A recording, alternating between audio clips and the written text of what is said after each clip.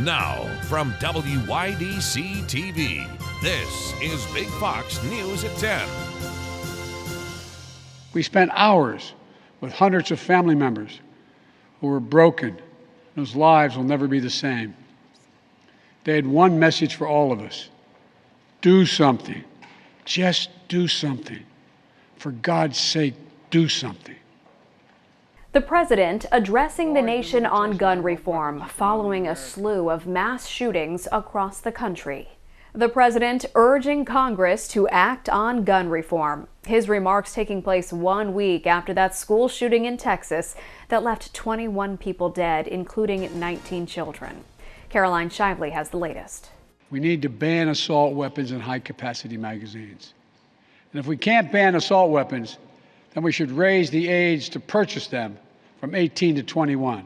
President Biden laid out his vision for gun control in a primetime speech to the nation. 9 days after an 18-year-old murdered 21 people at a school in Uvalde, Texas, and on the same day another teen pled not guilty to murdering 10 people at a Buffalo supermarket on May 14th. They had one message for all of us: do something. Just do something. For God's sake, do something. The House Judiciary Committee spent all day Thursday debating a legislative package that would raise the age limit on assault rifles, ban high-capacity magazines, and require safer gun storage. The ayes have it. The committee scheduled the emergency session after the shooting in Uvalde. One of the children recounted how she took the blood of her dead friend lying near her and smeared herself with that blood to pretend to be dead. What have we taught our children? This is on our watch. One Republican member of the committee, participating from home, spoke about how the bill would affect his own gun collection. This gun was made for a 20-round, 21-round magazine. This gun would be banned under this bill. Next week, the House is also set to vote on a federal red flag law. None of the House bills are likely to pass the Senate. In Washington, Caroline Shively, Fox News. The Geneseo Air Show gets underway tomorrow, and our Maggie Hall went to check out all the excitement. Tonight, she tours a plane that took part in D-Day. This is Maggie Hall with WYDC Big Fox Elmira Corning. I'm here in Rochester with the famous Whiskey 7, the plane that led the second wave into D-Day in Normandy. It was actually one of the only planes that was able to get its paratroopers to their destination, and to this day, Whiskey 7 is still flying. Yeah, 1943, December 1943. She's 79 years old this year. Wow. She's got almost 60,000 flight hours on her, which turns into 6 years and 9 months of time in the air. I'm here in the Whiskey 7, where on D-Day, paratroopers would grab this right here and attach their parachutes to it before leaping out to help the Allied forces. So tell me a little bit more about the air show you have upcoming this weekend. Well, we're really excited. We've got the F-22 Raptors from the U.S. Air Force doing a demo flight for us. We're going to have Whiskey 7 providing a vehicle to drop reenactor paratroopers that wear uniforms like World War II, and they'll be doing flights over the field. We've got world-famous aerobatic pilot Rob Holland will be flying each day, so we're really excited about it. Anybody that wants more information can go to our website, nationalwarplanemuseum.com. There are links there to air show information on tickets, the schedule, but also information on how you can buy a ride and join us in the air with Whiskey 7. Our Big Fox team was so honored by the opportunity to have been able to join the Whiskey 7 team up in the air. Be sure to check out the Geneseo Air Show this weekend, June 4th and 5th.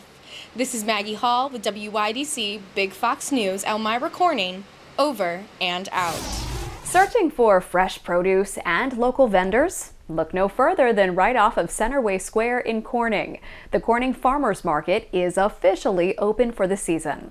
With more vendors than ever before, food trucks, local Finger Lakes wines and ciders, the Corning Farmers Market has it all every Thursday from 10 a.m. until 3 p.m. So the Corning Farmers Market has actually grown a lot from last year. So there's a ton more vendors. There's going to be food trucks, and there's also just like a big variety of vendors. So there's people like me that do like a little bit of fashion, a little bit of home decor, but then there's also like ceramics and plants and extra things that you don't normally see at a farmer's market. So it's great to come out and just check it out. A better than expected jobs report is good news for the Biden administration, but they can't celebrate just yet. With inflation still high, erasing the wage gains workers are winning. Lauren Blanchard has more from Washington.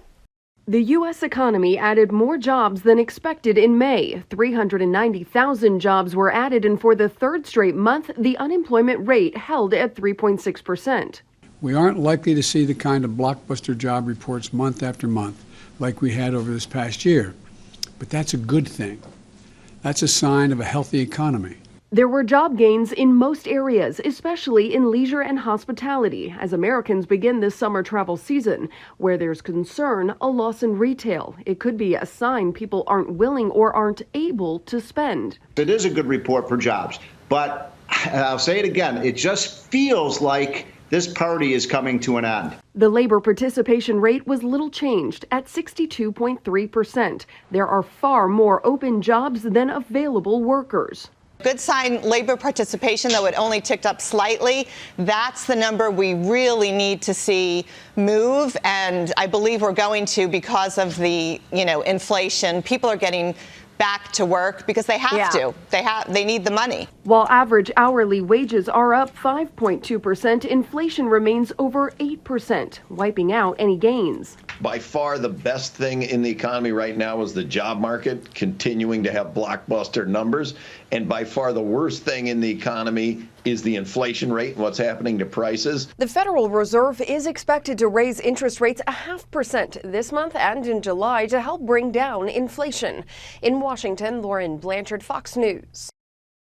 Celebrations on the second day of the Platinum Jubilee going on without the Queen. Madeline Rivera has more from London. The royal family gathering at St. Paul's Cathedral, but noticeably absent, the Queen herself. The palace announcing Thursday that the 96-year-old would not be attending Friday's service after experiencing some discomfort following Thursday's celebrations. This coming after several missed appearances over the last several months due to mobility issues. I think everyone's slightly disappointed, but this won't be a decision that Her Majesty has taken lightly. So it's really important she can enjoy this in comfort. And we know that she will be with us in spirit. Her Majesty watching the service from Windsor. And although they couldn't get a glimpse of the Queen, some of the crowd outside the cathedral say they just wanted to be present to mark this historic milestone. The Queen obviously has been on the throne longer than I've lived, so she's always been in my life right from when I was born, I guess, really. So it's just a fantastic achievement. 70 years in one job. I mean, no one ever does that, do they? Much attention turning to Prince Harry and his wife Meghan, the couple making their first appearance at the Jubilee celebrations Friday. The pair taking a backseat role, no longer senior members of the royal family, after giving up their duties 2 years ago and moving to America. Your weekend forecast is next. Plus, a Ukrainian dog being seen as a hero and a symbol of hope. The touching story is coming up.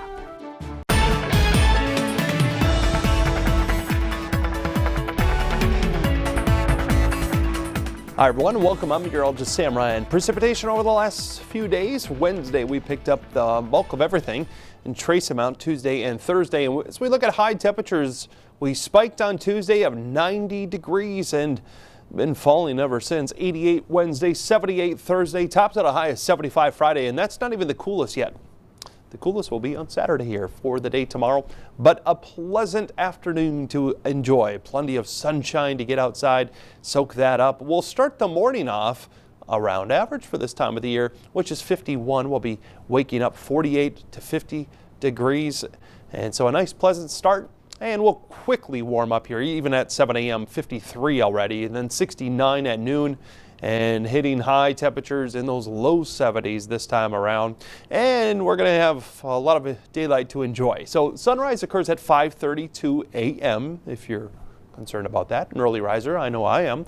8:38 p.m. will be the sunset. And we'll have, of course, a little twilight after that. In 1 week, just to kind of show you, we're still going to be gaining now only about 5 maybe 5 minutes, 6 minutes worth of daylight, but we'll still be gaining. That's some good news there. So days are only getting longer, not shorter, daylight that is. I have to correct my grammar. As we look at the forecast hour by hour temperatures here for the day Saturday, 61 at 9 a.m. Again, a rapid warming of temperatures. 69 at noon and then 73 in the afternoon. And we'll see those low 70s, maybe even some upper 60s in a few locales around the region. But again, plenty of sunshine, winds still out of the northwest, slightly breezy at times, so you'll be able to feel it on your face, for example. If you're heading out, maybe playing golf or tennis, you can blame the wind. Cooler Saturday, but pleasant, low humidity and warmer on Sunday. And then the humidity starts to return. Monday, the winds kick up out of the south, and they'll be breezy, and that's going to pump in that humidity, lead to some showers and thunderstorms around the region, and a bit more unsettled as we go into next week. So I don't have anything to show you here short term. Saturday, Sunday, we're going to stay dry. Everybody's going to be watching that potential tropical cyclone over Florida. But we do have a lot of weather hitting the Pacific Northwest with a zonal flow in our jet stream that will allow these little waves of low pressure to eventually track eastward, taking their time getting here. The first one, as I mentioned, kind of Monday, Tuesday time frame, we get higher humidity. We see that potential tropical cyclone still spinning. That's going to stay away from our area, I think, but we'll keep an eye on it, of course. 73 degrees for the daytime high Saturday, mostly sunny skies. Those winds again out of the northwest. So we'll be in those mid 70s here, mid to upper 70s Sunday, so a little warmer. 81 then, higher humidity Monday with showers and storms beginning to move across the area. He doesn't wear a cape or anything, but a four-legged Ukraine pup is seen as a hero for the work he does on the front line. Mike Tobin has more. Patron, Ukraine's pint-sized bomb-sniffing pup, draws huge crowds everywhere he goes. This time he was swarmed by adoring fans when he made a special appearance at a kids' event in the western city of Lviv. Ukraine needs some symbol of positivity, and we are happy that he inspired kids, people, Ukrainians, and the whole world with his personality, braveness, and the job he is doing bomb sniffing. The 2-year-old Jack Russell is thought of as a mascot by his demining team. He's seen as a symbol of hope and optimism in this war-torn country and around the world. Even Ukrainian President Volodymyr Zelensky has recognized Patron's important work. Zelensky called him a hero and awarded him a medal for his bravery in sniffing out mines and helping teach children about safety in landmined areas. Being a little fellow works to his advantage. Landmines are usually triggered by more than 10 pounds of pressure. Patron comes in just under that, which helps him do his job with less risk. He's not a full-time celebrity. Patron is already on his way back to northeastern Ukraine where he lives and where he's getting back to work. In Kiev, Mike Tobin, Fox News. Physical therapy is going virtual. Patients at one health center in Little Rock, Arkansas could be entering simulated worlds in order to help their mobility in the real one. Claire Cruz has more. Sensors strapped in, headset on. Let's try a different game here. I got to put the new virtual reality system at the Baptist Health Rehabilitation Institute in Little Rock to the test. Lean forwards. Lou Treader is a physical therapist here and says the real immersive system can be used for a wide range of patients. We see a lot of neuro patients, so stroke, brain injury, spinal cord, but we also see orthopedic patients. Each game targets a different area, whether it's balance. Say our patient has difficulty with sitting balance, moving forwards and backwards and reaching towards items. Or range of motion. I missed all of them. All while recording progress and giving feedback along the way. So maybe they start out only being able to bend their arm maybe 90 degrees, and we can program it to, for certain games, that they get positive reinforcement if they get to that 100-degree range or 120-degree range or on up to a normal range. While working their body, most of these scenarios also have a component to work the mind as well. To work on their memory or sequencing of different items. While some games I passed with flying colors. Fantastic. Others were a little more challenging. I quit. Okay. But overall, Treader says this tool helps patients tap into their competitive side while making them stronger day after day. The more engaged they are in the activity, the more they buy into it, the more likely they are to reach the goals that they're trying to attain. A new study says your best times to do workouts may be based on what you want out of them. Scientists at Skidmore College in New York say workout time of day results can be different for men and women. Researchers found women working out in mornings burned more belly fat. Men wanting better results burning belly fat should work out at night. Evening exercise helped women with strength, power, and endurance. Men lowered blood pressure, heart disease risk, and burned more fat at night. The study is in Frontiers of Physiology. Food banks are here to help the community members in need, but what happens when the shelves of those facilities are bare? Rose Schmidt has more on how inflation and rising gas prices are hurting the backup supply at one Minneapolis community center. Take a look around the supply room at Keystone Community Services, and this is it. There's no backup supply. We just need the community's help to make sure that we have enough food available for everyone who comes to our doors. This St. Paul food shelf is seeing emptier shelves and serving more than double the number of families from last year. It's been going up every month, and so the numbers of people coming to us, as well as the number of new people. In April of last year, nearly 1,100 households used their services, compared to more than 2,600 in April of this year. I would have never ever dreamt that I was going to be in this situation, ever. Fran Brown started coming to Keystone after he was hit with a string of financial hardships about 5 years ago, from losing his job to his car being stolen. He now gets some help delivered to his front door on the first Wednesday of each month. Groceries that I had delivered to me, I don't think I would have been able to afford to purchase them. Along with rising food costs, gas prices are now at a record high in Minnesota. Food banks say they're experiencing the same challenges as Fran, plus labor prices and supply chain issues. Our prices over the last year overall are up 18%. And then in the last 3 months, they've been as high as 35%. Second Harvest Heartland says these pressures are mounting as federal supports sunset, like school meal waivers. But they're committed to providing that food and not to pass on costs to their partners like Keystone. You can't be a good worker, you can't be a good student, you can't be a good community member if you don't have enough food. Asking for that help can be extremely difficult, but take it from someone who knows firsthand. Unbelievably grateful. And these shelves prove that they are not alone. A lot of that concern that they may have, like I did, will be quickly alleviated. You'll feel so comfortable. Your dignity is not challenged. Elon Musk has called for a hiring freeze, Walmart announcing expansion plans, and Lebron James sets a new record. CJ Papa has these stories and more in today's Fox Business Briefs. A new jobs report from the Labor Department shows U.S. employers added 390,000 jobs in May. This beat expectations, which only estimated some 328,000 jobs, but it's still lower than April, which saw more than 400,000 jobs added. Meanwhile, the unemployment rate stayed steady at 3.6%. Layoffs could be coming to Tesla. In an email to top executives, Elon Musk asked the company to cut staff by 10% and pause all new hiring worldwide. Musk saying he has a, quote, super bad feeling about the economy. The email comes just days after the billionaire told all employees to head back to the office for work or leave the company.